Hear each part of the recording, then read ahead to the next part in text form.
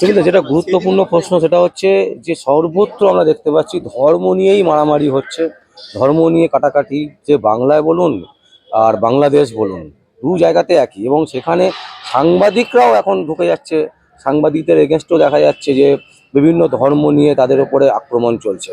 মানে আমি যদি বলি বঙ্গ টিভি রোজিনার বিরুদ্ধেও দেখলাম বিভিন্ন রকমের পোস্ট বেরোচ্ছে। এটাকে আপনি কতটা গ্রহণযোগ্য মনে করছেন? না, দেখুন, রোজিনার ব্যাপারটা আমি এখানে বিশেষ কিছু বলতে চাই না।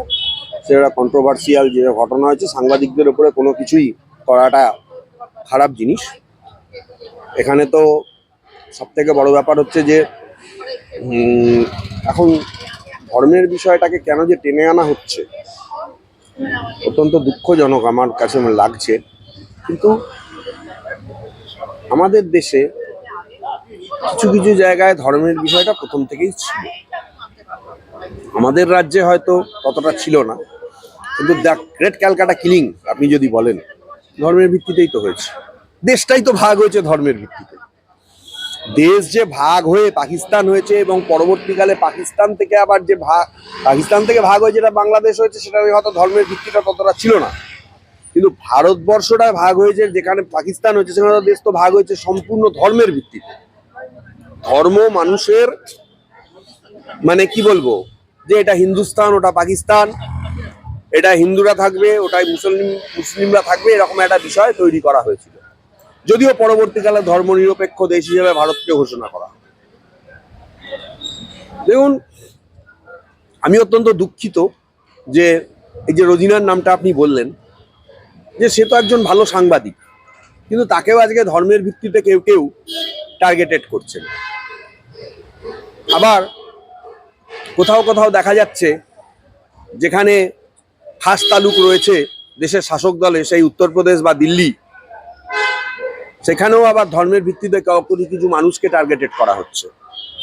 ধর্মের ভিত্তিতে সেখানে একজন ডাক্তারবাবু, তার নামে মিথ্যে কেস দিয়ে তাকে জেল খাটানো হয়েছিল, পরবর্তীকালে তাকে খালাস দিয়েছে সেখানকার হাইকোর্ট।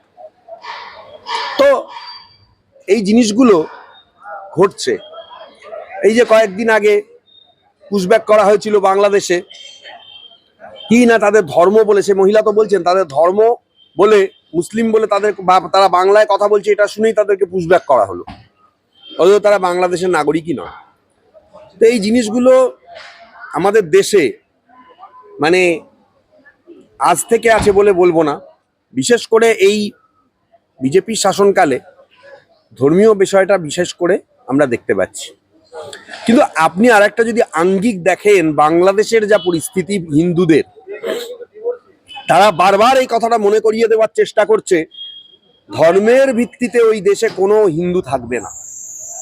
একদম ধর্মের ভিত্তিতে ওই দেশে কোনো হিন্দুর থাকাটা অপরাধ। তাহলে হিন্দুরা কোথায় থাকবে? ওই জন্যই তো এনআরসি করেছিল সেন্ট্রাল গভর্নমেন্ট। হিন্দুরা কোথায় থাকবে? তাহলে হিন্দুরা এই দেশে চলে আসবে? এই দেশে তো আগে এসেও ছিল তারা। যে যাই বলুন, রিহ্যাবিলিটেশন ক্যাম্প কাদের জন্য করা হয়েছিল, বর্ডার কাদের জন্য খুলে দেওয়া হয়েছিল 71-72 সালে, সেই রিহ্যাবিলিটেশন ক্যাম্পের লোকজন তো আমি বলবো 2000 সাল অব্দিও এসেছে এবং সরকার তাদেরকে পুনর্বাসন দিয়েছে। সুতরাং ধর্মের ভিত্তিতে সরকার তখন মনে করেছে, যতই সিপিএম সরকার মুখে বলুক না কেন, তারা ধর্মের ভিত্তিতে তখন সরকার মনে করেছে তাদেরকে দিয়েছে। তো আজকে সেই লোকগুলো কোথায় যাবে, কোথায় যেতে পারে, তাদের কি পরিস্থিতি তৈরি হতে পারে আমি জানি না। এইভাবে মেরে দেওয়া হচ্ছে, মানে যেহেতু হিন্দু বলে বাংলাদেশে আজকেও সাংবাদিক মারা গেছে। আপনি কি করবেন? পেট্রোল দিয়ে মেরে দেওয়া, আপনি কি করবেন যখন দেশে একজন অসভ্য ব্যক্তি, যে নাকি শান্তি এবং ইকোনমিক্সে নোবেল পুরস্কার প্রাপ্ত, সে যখন একটা দেশ শাসন করে এবং একটা দেশের রাষ্ট্র, মানে জন্মদাতা রাষ্ট্রনেতাকে শেখ মুজিবুর রহমান আততায়ীর গুলিতে প্রাণ হারাতে হয়, তারপর তার মেয়েকে 45 মিনিটের নোটিশে দেশ ছাড়তে হয়, সেই দেশ থেকে নোংরামি ছাড়া আর কিছুই আশা করা যায়। আমি অত্যন্ত দুঃখিত, লজ্জিত যে কেন এই ঘটনা হচ্ছে। কিন্তু আমাদের দুঃখ লজ্জা পাওয়া ছাড়া আর কি করার আছে? বলছি ভারত সরকারকে কিছু করতে পারে মানে এই ব্যাপারে? কি করতে পারে ভারত সরকার? তাদের আভ্যন্তরীণ ব্যাপারে কিছুই করতে পারে না। আমি আপনাকে পরিষ্কার বলে দিচ্ছি, ভারত সরকার কি করতে পারে? বাংলাদেশ ওইভাবে দখল করা যাবে না, দখল করতে পারে না। ভারত সরকার চাইছে বাংলাদেশ একটা ভুল পদক্ষেপ নিক, ভারতের কিছু ক্ষতি করার চেষ্টা করুক, কিছু করলে 1 ইঞ্চি ভেতরে ঢুকলে বাংলাদেশটাকেই আর রাখতে দেবে না ভারত সরকার, বাংলাদেশটাকে 10 ঘন্টার মধ্যে দখল করে দেবে। আদারওয়াইজ কূটনৈতিকভাবে ভারত সরকার কি করতে পারে? ভারত সরকার শুধু হিন্দুদের জন্য ওখানে গিয়ে দেশ দেশ দখল বা শুধু হিন্দুদের জন্য লড়াই, এটা কখনো হতে পারে না। একটা দেশের সরকার সেটা কিছুই করতে পারে না, প্র্যাকটিক্যালি কিছুই করতে পারে না। হ্যাঁ, রিহ্যাবিলিটেশন ক্যাম্প খুলে তাদেরকে আবার ওপেন করে নিয়ে চলে আসতে পারে, সেটা করতে পারে। ভারত সরকার সেটা চেয়েছিল, এনআরসির মাধ্যমে চেয়েছিল, কিন্তু এখন আবার কিভাবে চাইবে? এই এসআইআর করে যারা বাংলাদেশি তাদেরকে বাংলাদেশে চলে যেতে বলা হচ্ছে। সুতরাং রিহ্যাবিলিটেশন ক্যাম্প করে যদি তাদেরকে নিয়ে আসা হয়, তাহলে নিজেই নিজেদের জায়গা থেকে তারা মানে আউট হয়ে যাবে। ভারত সরকারের এখানে কিছু করণীয় আছে বলে মনে হয় না, বরং বাংলাদেশকে সারা পৃথিবীর সমস্ত দেশ মিলে ধিক্কার জানানো উচিত এবং বাংলাদেশের সমস্ত কিছু বয়কট করা উচিত এবং বাংলাদেশে এই যে সরকার, ইউনিসেফ যে সরকার, এই সরকারকে বরখাস্ত করার জন্য ইন্টারন্যাশনালি বাংলাদেশের উপর প্রেশার ক্রিয়েট করা উচিত।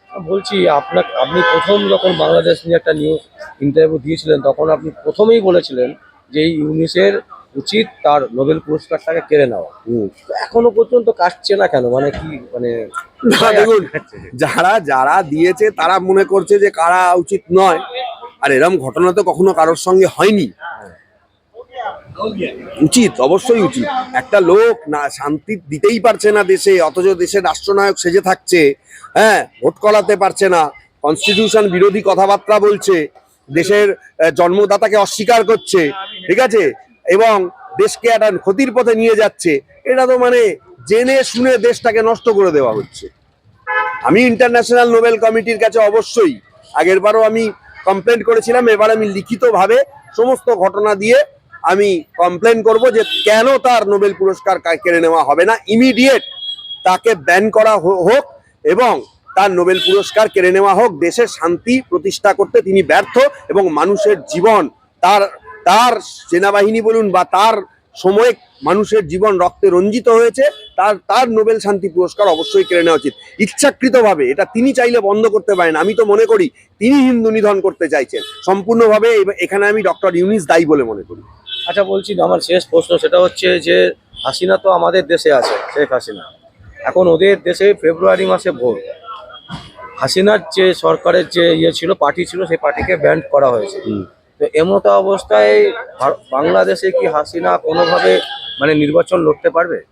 না, শেখ হাসিনা নিজে এই মুহূর্তে নির্বাচন লড়াটা কঠিন আছে, কিন্তু তাদের যে ব্যান্ড, তাদের পার্টিকে যে ব্যান্ড, সেই ব্যানের বিরুদ্ধে কিন্তু তাদের সুপ্রিম কোর্ট থেকে তাদের রায় বার করা উচিত এবং তার পার্টি কিন্তু লড়ার অবশ্যই অধিকার রয়েছে, কারণ তার পার্টি সেই দেশে হ্যাঁ অনেকবার কম্পিট করেছে এবং তারা সরকার গঠন করেছে। কি কারণে ব্যান? সেই ব্যানের যদি কোনো ভ্যালিড রিজন না থাকে, অবশ্যই উচিত তাদেরকে ভালোভাবে মামলা করে সেই পার্টির ভ্যান হাঁটিয়ে সেই পার্টির অবশ্যই উচিত অন্তত কিছু সিটে ভোট লড়ে কিছু সিট জেতা, যাতে এদেরকে যোগ্য জবাব দেওয়া যায় এবং শেখ হাসিনার জন্য সেই ভোট জেতার পর একটা সেফ করিডোর তৈরি করে তিনি যাতে বাংলাদেশে আবার ঢুকতে পারেন এবং পরবর্তীকালে আবার নির্বাচন লড়ে তিনি যাতে মুখ্যমন্ত্রী, এই প্রধানমন্ত্রী হতে পারেন, সেই জায়গা তৈরি করার জন্য আমি মনে করি যে যারা রয়েছেন আওয়ামী লীগের এখনো কর্মী সমর্থক, তাদের সচেষ্ট হওয়া উচিত। কিন্তু চিন্ময় প্রভুর যিনি আইনজীবী রবীন্দ্রনাথ ঘোষ, তিনি বলছেন যে সেখানে কোনো মানে মামলাই ঠিকঠাক করে করানো যাচ্ছে না।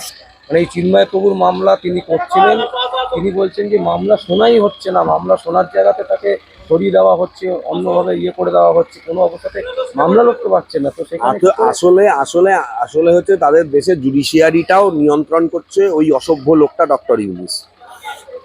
ওই সব দেশে যেখানে মানুষের জীবনের দাম হচ্ছে, দাঙ্গা হলেই মেরে ফেলা হয়, সাংবাদিকদের মেরে ফেলা হয়, মুখে বলা হয় গণতন্ত্র, গণতান্ত্রিক দেশে কোনো গণতন্ত্র নেই, ভোট হয় না। 1 বছর হয়ে গেল এবং 45 মিনিটের মধ্যে দেশের জন্মদাত্রীর মানে হচ্ছে যে মেয়ে, তাকে 45 মিনিটের মধ্যে দেশ ছাড়তে বাধ্য করা হয়। দেশের সেনাবাহিনী এবং দেশের জনগণ তার সঙ্গে বিট্রে করে এবং তার অন্তর্বাস নিয়ে উল্লাস চলে সারা পৃথিবীর কে দেখানো হয় যে তার অন্তর্বাস নিয়ে উল্লাস চলছে, যে কার অন্তর্বাস নিয়ে না দেশে তাদের দেশের জন্মদাতা যিনি তার মেয়ের অন্তর্বাস নিয়ে সাধারণ মানুষ উল্লাস করছে, এবং গণভবন ভেঙে সমস্ত কিছু নিয়ে তারা বাড়ি চলে যাচ্ছে। তারা যে বড় চোর চিটিংবাজ সেই প্রমাণটা তারা রেখে যাচ্ছে। সেই দেশে থেকে ভালো কিছু আশা করা যায় না। সেই দেশের জুডিশিয়ারি যদি এখন কথা না শোনে, দেখা গেল যে সেই জজকে ব্যান করে দেওয়া হলো, কোনো কিছু করা হলো, তাদের দেশের জুডিশিয়ারি পুরোপুরি পলিটিক্যালাইজড, এবং কি হলে কি হবে আমি জানি না। মানে খুব কঠিন, ব্যাপারটা খুব কঠিন, কিন্তু তবুও অপরচুনিটি নেওয়া উচিত, এবং বারবার দরকার হলে রোজ মেনশন করে এই মামলা হিয়ারিং এ নিয়ে এসে ভোটের আগে হিয়ারিং করে একটা অর্ডার করানোর চেষ্টা করা।